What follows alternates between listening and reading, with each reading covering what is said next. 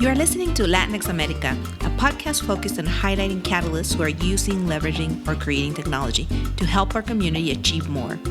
With your host, Adriana Flores Ragade. Karina Cabrera Bell is our guest today. She is an entrepreneur, speaker, writer, and most of all, a champion for women and girls. She founded the Reach Mama Network, where she connects moms of color with opportunities. It has quickly grown to be a leading voice for moms of color and has partnered with some of Silicon Valley's biggest companies. She has been featured in the New York Times, ABC News, Univision, El Diario La Prensa, and other media outlets. She's also a member of the Slack Council. Karina has worked at all levels of political campaigns and government, including the Obama White House and the U.S. Senate, and has seen firsthand the benefits of having women and moms in leadership positions. Karina currently hosts high-impact events, workshops, and panels where women can meet other dynamic professionals, all while learning tips and tricks from some of the best in the business. She also consults with companies who are committed to inclusive work environments, and her services include D&I strategy, L&D trainings, recruitment and return to work programming. And in addition to hosting the Reach Mama podcast, she is also a SADAT speaker. Karina, thank you so much for joining us at Latinx America today. How are you doing today? I'm good. Thank you so much for having me on your show. I really appreciate it. Well, why don't we get started by learning about you and your personal journey into entrepreneurship and also into tech? Sure. So I come into tech and as an entrepreneur in a very different way. I have a background in government and politics. Worked in 15 plus years and on all levels of government. I've worked in the city, state. I've worked in the U.S. Senate for Kirsten Gillibrand. And then most recently, I worked for the Obama administration. I was in the White House, and I also got the opportunity to work in the Department of Energy. And so after the Obama administration ended, my husband and I sort of looked at each other and we said, no, we're not staying in DC. It was just a little too toxic for us at that time. And we decided to move to Silicon Valley. My husband got a job here in tech. And I got here and I was a newly minted mom of two. And, everyone expected me to become a lobbyist or, work in one of these big tech companies. And as I was going through the process, I realized that I just wasn't excited about it, And I said, what an amazing opportunity that I have to sit and pause and really figure out what I want to do, who I want to be, and how I want to help the world. Yeah, because that's why you go into politics, because you care about people. And so I've always had that in my heart. And I said that I was committed to working on issues of women of color and of moms of color in particular. And that's how I started this whole journey into entrepreneurship. And, when I got here, everyone was sort of talking about D&I and how hard it is. And I just, from someone from the East Coast, I sort of didn't see it this way, right? I think that we bring so much, talent, and we are just amazing. We just bring so much to the table. And I thought focusing in on this community and helping them get access into tech made the most sense to me. So diversity and inclusion became your passion as you kind of transition from working in politics to launching your own venture. How easy has it been? Or hard? You can tell my husband I vent every day. No, I mean, look, it's not easy. It's really hard to be your own boss. With two little kids, you're just trying to figure that out, right? Every single day is a challenge, but I don't know. I just find it so exciting and so rewarding that I know that every day I can help a mom. My mission is really around connecting moms of color to opportunity. And, on a basic level, it's helping that mom and their families. And I just feel like it's a responsibility. And so even if it's challenging today, like I just feel like it's very rewarding. in the long run. And I thank you in advance for the contributions that I know that you will be making and are currently making through your work. Can we talk about specifically about your work, your venture, the Reach Mama Network? What is it about, and why do we need it? Yeah, thank you. So it started off with a podcast because I really felt that, women and young girls need to have more role models that are doing amazing work in the world. And so I really decided to focus on women of color that are successful, that have amazing stories, and interview them so that the world can hear about who they are and how amazing they are. And then slowly through that, I have created a community of women that want to meet in person. So I've been working on, events and that sort of thing. And then through that, it's really evolved on its own. And now I'm working with companies on creating better workplaces so that moms of color can thrive. And so what that means tangibly is that we facilitate leadership and development workshops for moms and for women of color at these companies. We also have created a returnship program, which I'm really excited about. We are going to be start rolling that out with auction.com in November. And basically, what that means it's a 16-week returnship, right? You're returning to work for any mom of color that has taken some time off so that they can take care of their kids, but are looking to get back into the workforce and are looking to get back into tech. And so we are creating that so that she can have the experience that she needs and really figure out which company makes most sense for her. And obviously it's paid. And look, ultimately it's about getting her a job there full time. So I'm excited about that particular program that we have coming up. So it's a returnship, and having been in that situation, coming back to work can be very stressful. So having this program that in a way will mentor you and get you into back into the workforce, I think would make a big difference for moms.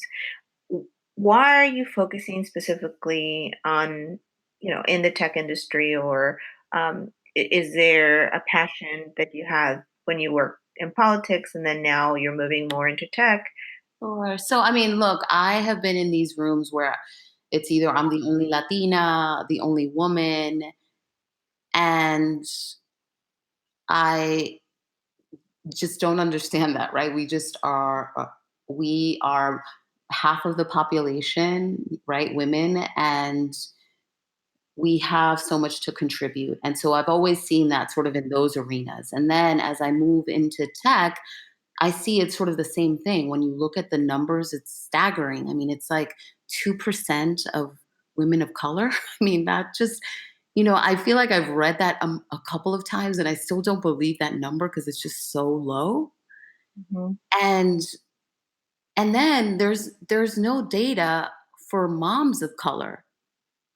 And so I'm like, okay, we have to work on this. And we have to create different pipelines so that we can get our moms into these into these arenas because tech isn't going anywhere. And as well as I know that it impacts everything in our lives.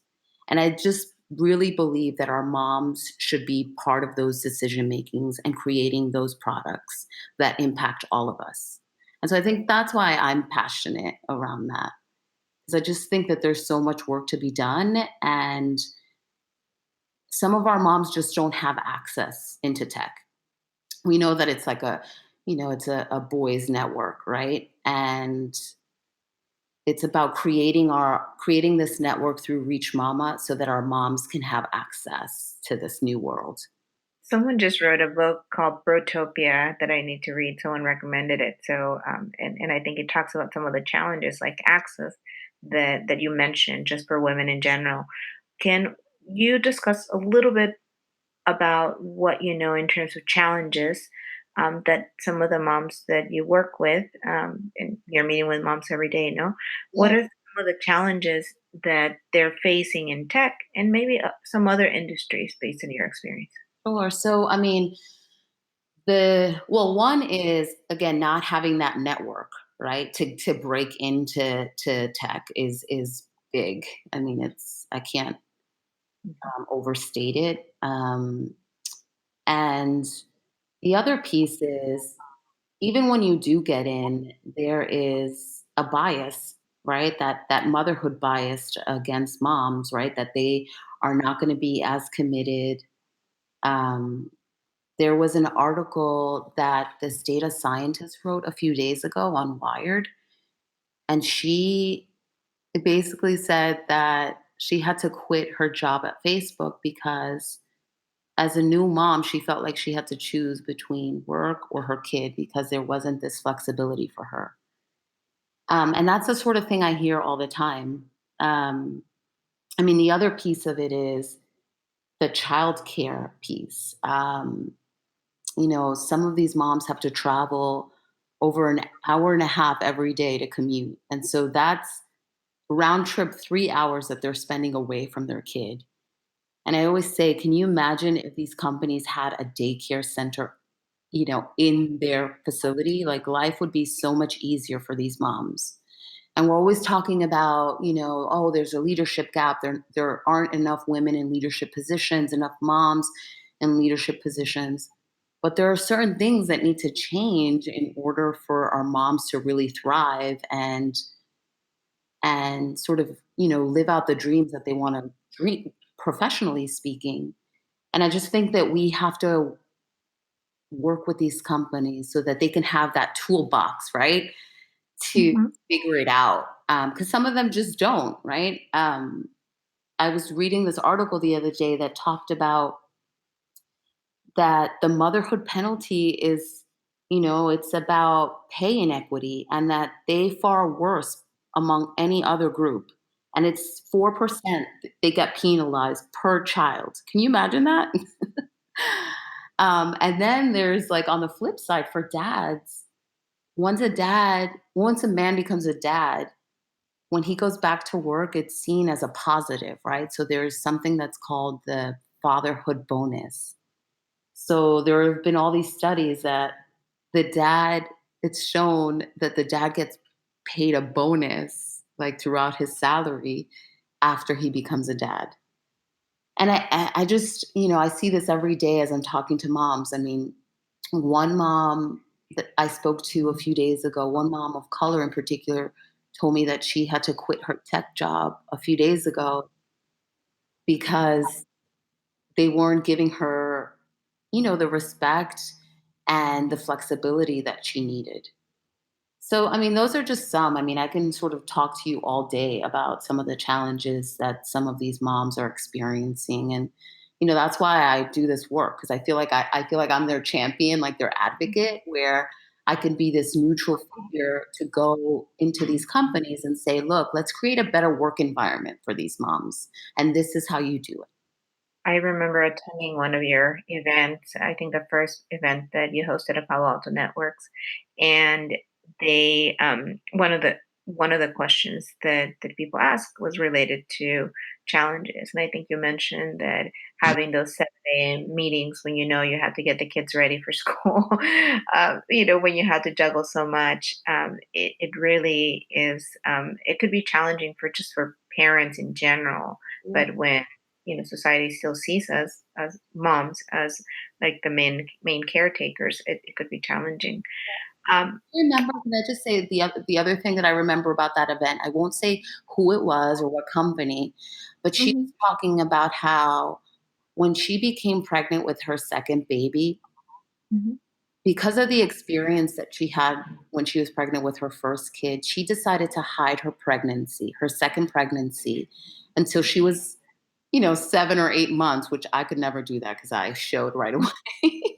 But she said she had to hide it. And, we asked her why she had to do that. And she said that she wanted to keep working on her projects and that when she was first pregnant, her manager started taking away all of her most important projects.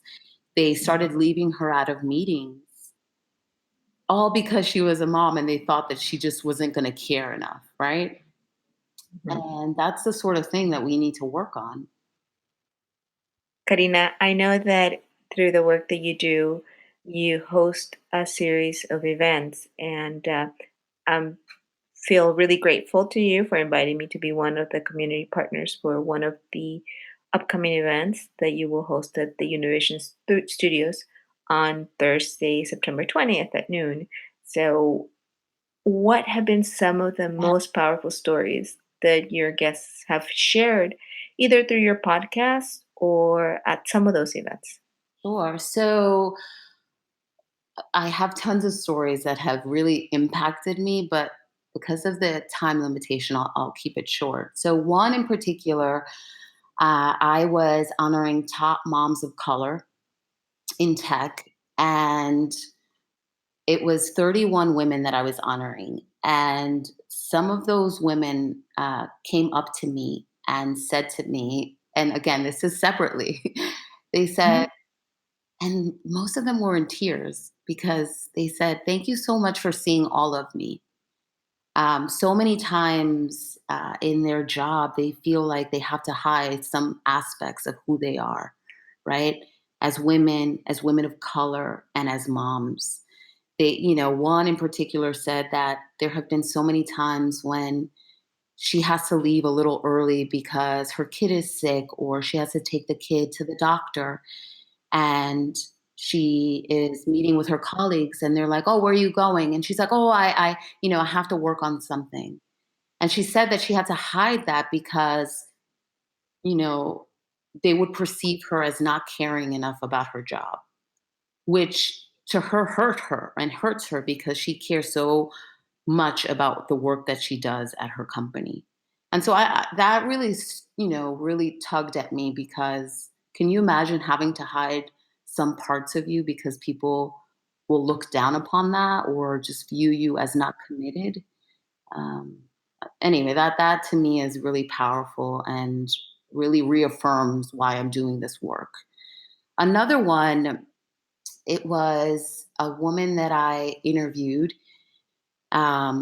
She's very senior and she has actually retired recently. And she said to me that she was so proud of all of the things that she had accomplished in life. But she feels like she wished she would have dreamed big. She Mm. wished she would have dreamed bigger, rather, because now that she has accomplished all of these things, she realized that there are no limitations to who you want to be, right? And that sometimes you need that inspiration or you need to see that other figure that has made it to realize that you can do that too. And that again is why I have these podcast interviews with these successful women because I want to people to hear these stories so that they too can dream big. And then the last one is an interview I had. It was one of my first interviews, and she said that she no longer wants to apologize for being who she is or having to fit into the mold that everybody wants her to be. And that she is no longer apologizing for leaving work to pick up her children because she has decided that she wanted to be a mom and that is just as important as work and anything else. And so I was like, you know what? You go, girl. That's right. We should not apologize for these things because our work product is going to be just as good as anybody else's. And so, I share that because I think it's little things like that that we need to hear sometimes to sort of keep us going. Absolutely. Thank you, Karina. What are some other resources that you recommend for moms or their champions? Because we have people that are listening that are not necessarily moms of color or moms, but there are a lot of champions and allies that we have out there, especially as his moms transition back or want to transition back to work or take the next step in their careers. Sure. So there is this awesome website called Fairy God Boss, and they have a listing of available jobs for moms. But the reason I love it, it's not just a job board, but they have reviews from other moms that walk you through why each company is good for moms, right? Like, do they have flexibility? Do they have childcare? That sort of thing. So I think that that's such a great resource. So I highly recommend that some of your moms check it out. And then in terms of, if there are champions that are listening, I would like to list myself as a resource. Again, the work that I'm doing is essentially a consultant to some of these companies to create that toolbox so that we can help moms thrive. So if there are folks that are listening and want to figure out different ways to do that, please feel free to reach out to me. And we'll have your contact information on the notes pages of this podcast, Karina. Great. Well, let's go back to your personal story. What drives you to make a difference in this industry? Sure. So, like for me, it goes back to just being that young girl. My parents are immigrants. They came from Dominican Republic. And I always remember helping my family out and, always seeing like, sort of being their champion or like always looking at um, their mail because they couldn't read it because it was in English and always feeling like I was helping them. And that has always stayed with me, wanting to help others. And as I transition as my own person into, motherhood, I realized, the great role that we play as moms. And so I've really have felt just passionate about focusing in on moms of color in particular. Because I don't know, I just feel like we do so much and we are amazing multitaskers and we just bring such a diverse set of perspectives to anything we do. And I think that makes a company better, right? I mean, all the statistics are there. Study after study show that the more diverse a company is, the better it is for them and their bottom line. Mhm. Um, so yeah, so that's why I just feel passionate about this work because I feel like I'm sort of helping my community in different ways still. Well, I really like how your passion is turning into action. So, who has had the most influence on you, Karina, personally or professionally, and why? Sure. So I know this may sound corny, but most recently, as I have gotten into this sort of social impact work and the media piece through my podcast, I have really looked at Oprah and all that she has accomplished. And I don't know, but that woman inspires me every day.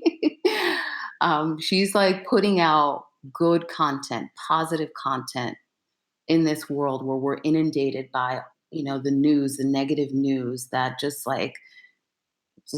lowers our energy and it's just like zaps our energy. And I just appreciate what she's putting out in the world, and I feel like I'm trying to do that same thing. And so she really impacts the work that I do.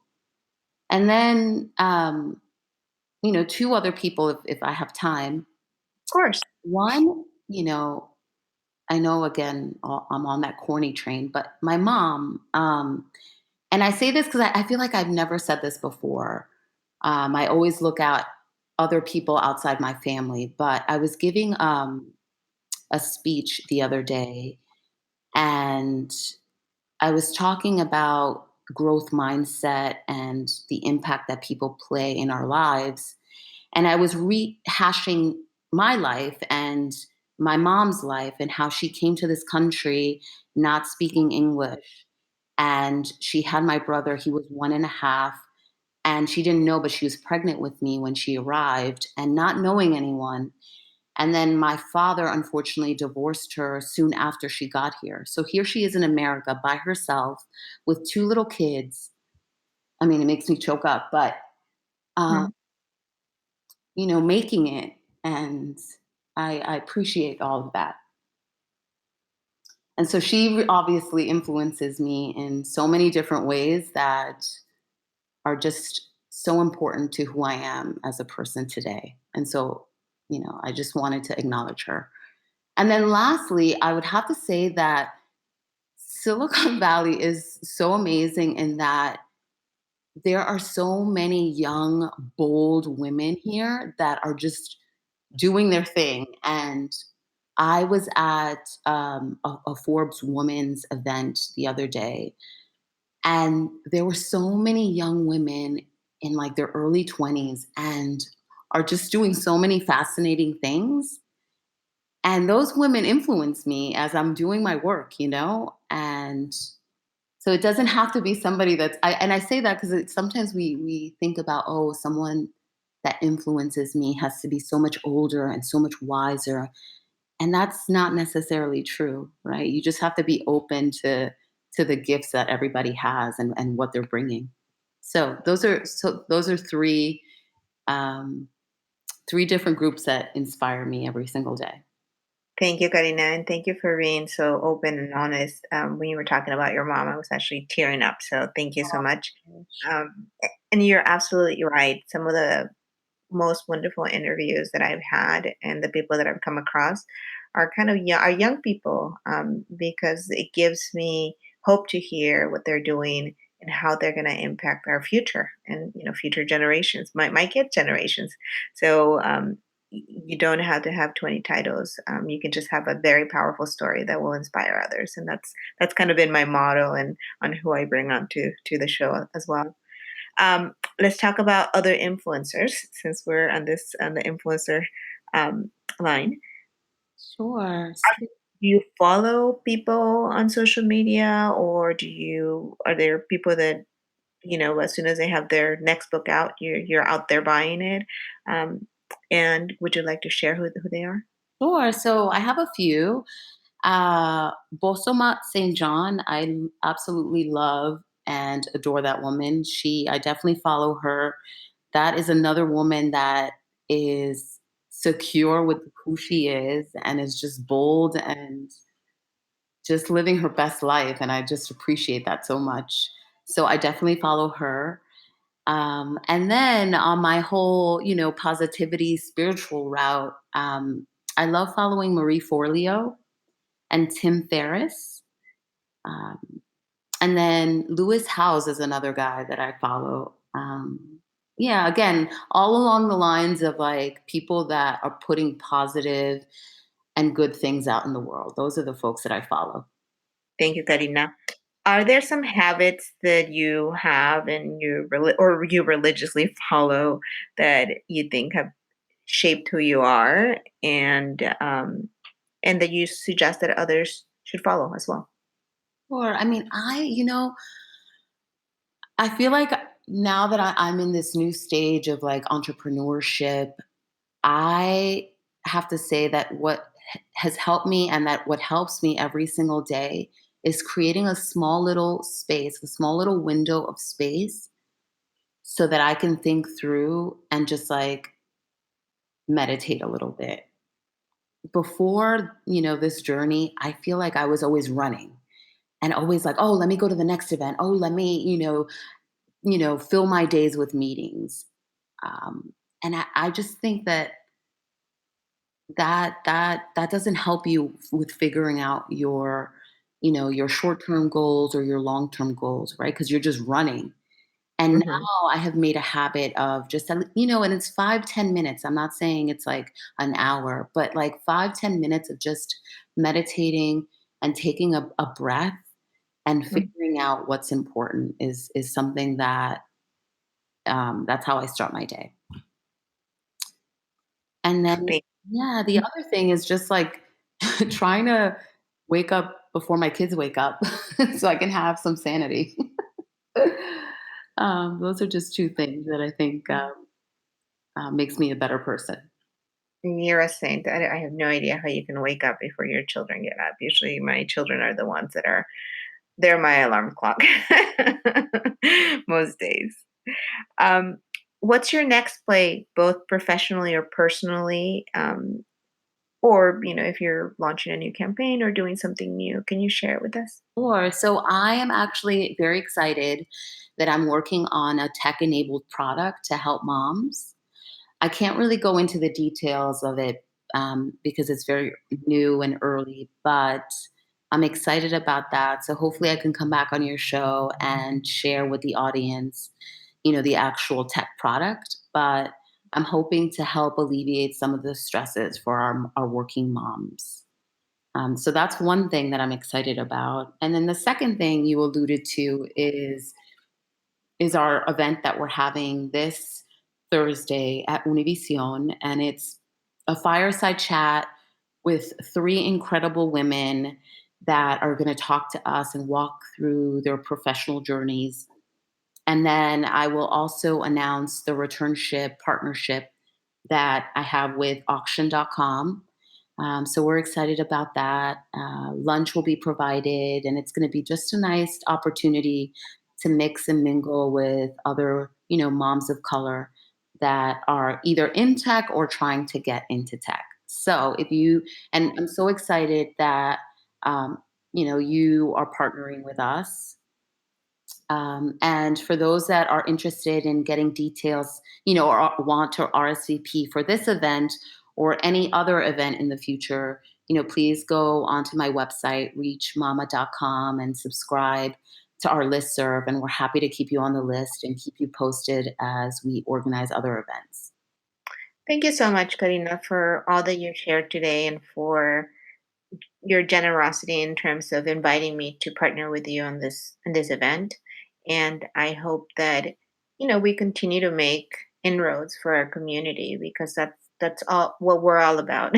Trying to make inroads for our community. And would you like to say any parting words to our guests as you kind of embark on this entrepreneurship and all that you're doing right now? Yeah, I mean, I would just like to say, if this is something that you're interested in and you ever want, to chat with me, I'm happy to share my journey, share any tips that I've learned along the way, because I think that it's all about collaborating and partnership and sharing knowledge, right? And it goes both ways. So that's one thing. And then secondly, I just want to thank you for what you're doing and what you're putting out in the world.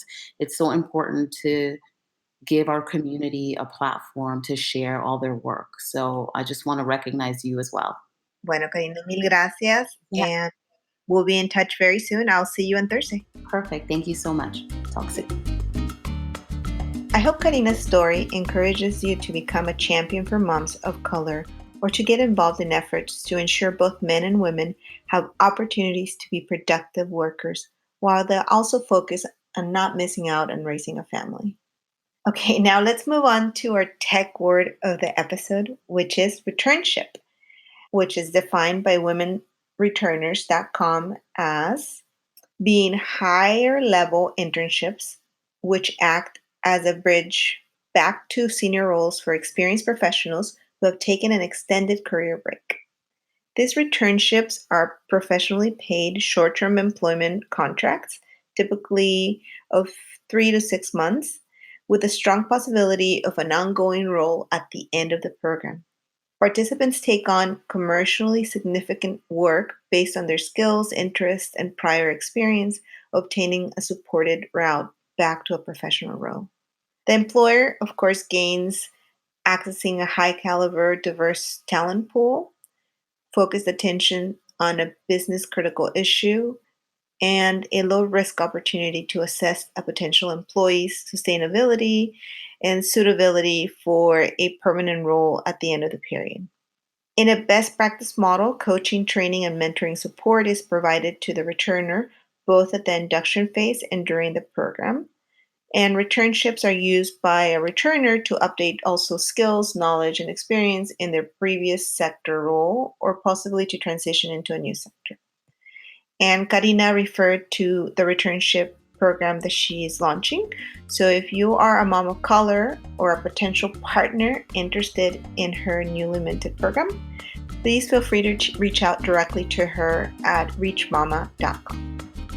Thanks for joining us today. Don't forget to follow us on Facebook at Latinx America and on Twitter at America Latinx, or email any questions or ideas to latinxamerica@gmail.com.